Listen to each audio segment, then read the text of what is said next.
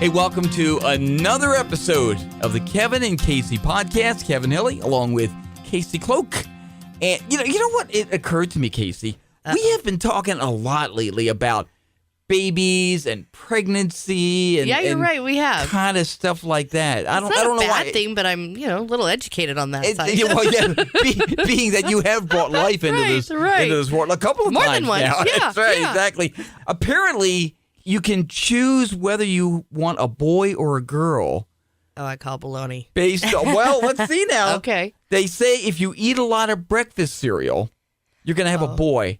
A lot of sugary breakfast cereals. Oh, sugary? Sugar, yeah. It has Like to be your Lucky Charms and not the all healthy that. stuff. Okay, Right, yeah, Lucky okay. Charms and I'm Frosted not Flakes. a big cereal person, and I never was. And I didn't eat any during my you pregnancy. have two. Yeah, I've got Lexi. She's Yeah. the 7-year-old, and Right. then Wesley. He's 8 months now. now. Before he was born, did you eat cereal? No. Did you eat a lot of sugary stuff though?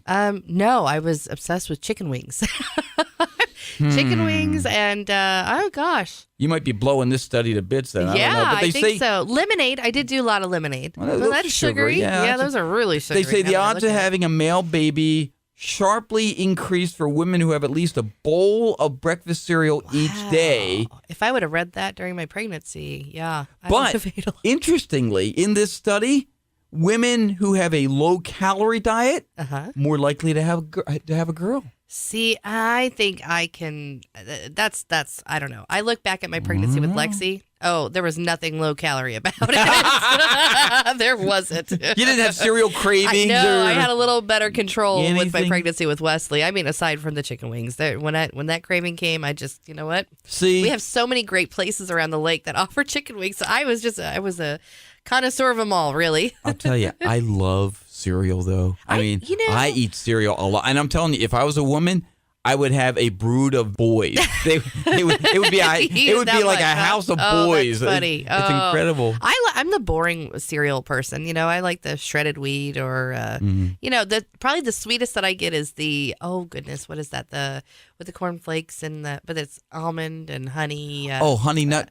Whatever that is. The honey bunches of oats. Okay. Yeah, where it's got the granola pieces. Can I tell you something about honey bunches of oats? I love that cereal. I can no longer eat it. Uh-oh, because it does nasty things to my body. That's all I'm going to say. I'm not going to go into more detail than that. And it's happened more than because the first time I thought, okay, what a coincidence. No, then I had it the second time. Same thing. Really? Happened the third time. I go, yep. Time to give it up. Time to give it up. Literally. Go back to Fruit Loops. It's a shame because I love the cereal. I really do. It's delicious. It is good. It really is. But so there you go. Studies say if you eat sugary cereals, you're going to have a boy. Can you see the conversation with that, though? Mommy, why did you name me Captain Crunch? Well, honey, it all started in the cereal aisle. That's right. That's right. So, because of them. Oh, that's too funny. I don't know. Well, so speaking of kids, I found something that I thought was pretty hilarious, especially, having the little one. Moms, especially moms-to-be, they start to get nervous on when it's due dates coming, especially when they're planning their going back to work. The baby's got to go somewhere. A lot of pressure, And then there's also a lot of talk right now with Meghan and Prince Harry. They welcomed their first child just recently, too. We don't have a name yet, right? I don't believe so. No, I don't believe no. so. So I found a site they were talking about, and this is, of course, over in England, but the title was Modern Day Nannies Are Equal Parts James Bond and Mary Poppins. James Bond. And so I'm like, okay, the title intrigued me a little bit more. So I was looking into it. And there is a college. It's England's Norland College. And it's a prestigious academy for aspiring nannies. Mm-hmm. And what they do, they not only teach cooking and sewing and how to ditch paparazzi, they're now including self-defense skills.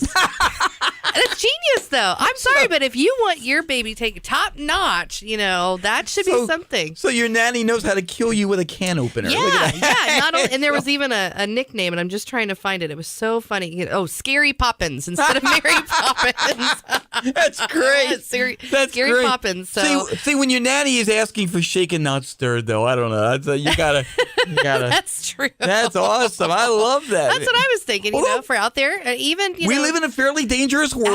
Absolutely. You want your nanny to have a variety of skills, not just how to change a diaper. It cracks me up. Over in England, they're probably teaching, the martial arts and everything. And here in Missouri, we're probably just teaching them how to shoot a gun so they can, carry and conceal. And that's right.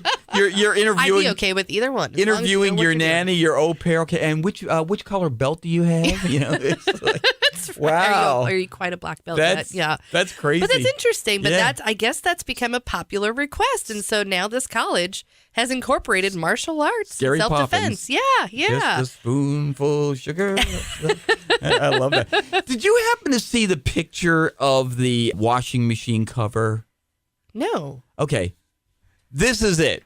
And oh my gosh, that's hideous. This washing machine cover has gone viral. Wow. Okay, they're actually selling this thing. If you haven't seen, it looks like a negligee. It looks like lingerie for a washing machine, but it also looks like something that came out of the 60s. Maybe it's the color and the style. Maybe the 1860s. Yeah, I don't know. Yeah, something you'd find under the petticoat. It's this see-through cover. See, when I first heard washing machine cover, I thought, okay, maybe it's something kind of heavy. You put it over it to prevent dents or whatever. No, this isn't going to protect anything. It's a dust cover or whatever. Yeah, that's what it looks like, but it's absolutely horrendous.